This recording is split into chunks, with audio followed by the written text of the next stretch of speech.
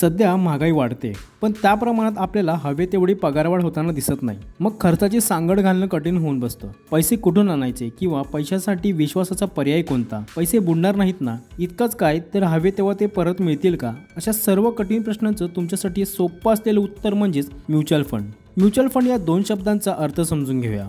Mutual fund म्हणजेच एकमेकांसाठी किंवा परस्परांशी संबंधित आणि फंड म्हणजेच निधी किंवा पैसे. असं समजा की तुम्हाला जसा पैसे मिळवण्याचा विश्वासार्ह पर्याय हवा आहे तसाच तो खूप जणांना हवा असतो. मग अशा सगळ्या गुंतवणूक करण्याची इच्छा असलेल्या लोकांना पैसा हा एका हेतूने एकत्र आला तर त्याला म्युच्युअल फंडचे स्वरूप मिळते. उदाहरणासह समजून घ्यायचं झालं तर 20 कर्मचारी एकाच कार्यालयात काही वेळाच्या फरकानं जात असतात. अशा वेळी जर प्रत्येकानं आपली गाडी नेली तर त्याचा खर्चही वाढेल आणि प्रत्येकाला गाडी चालवण्यासाठी लागणारे कष्ट असतील ते वेगळेच. परंतु अशा सर्वांसाठी एक बसची सेवा असेल तर यासाठी होणारा खर्चही कमी असेल आणि त्याचा फायदाही सर्वांना होईल. अगदी असंच म्युच्युअल फंड करत असतात. परंतु ते उदाहरणा इतकं सोपं नसतं बरं.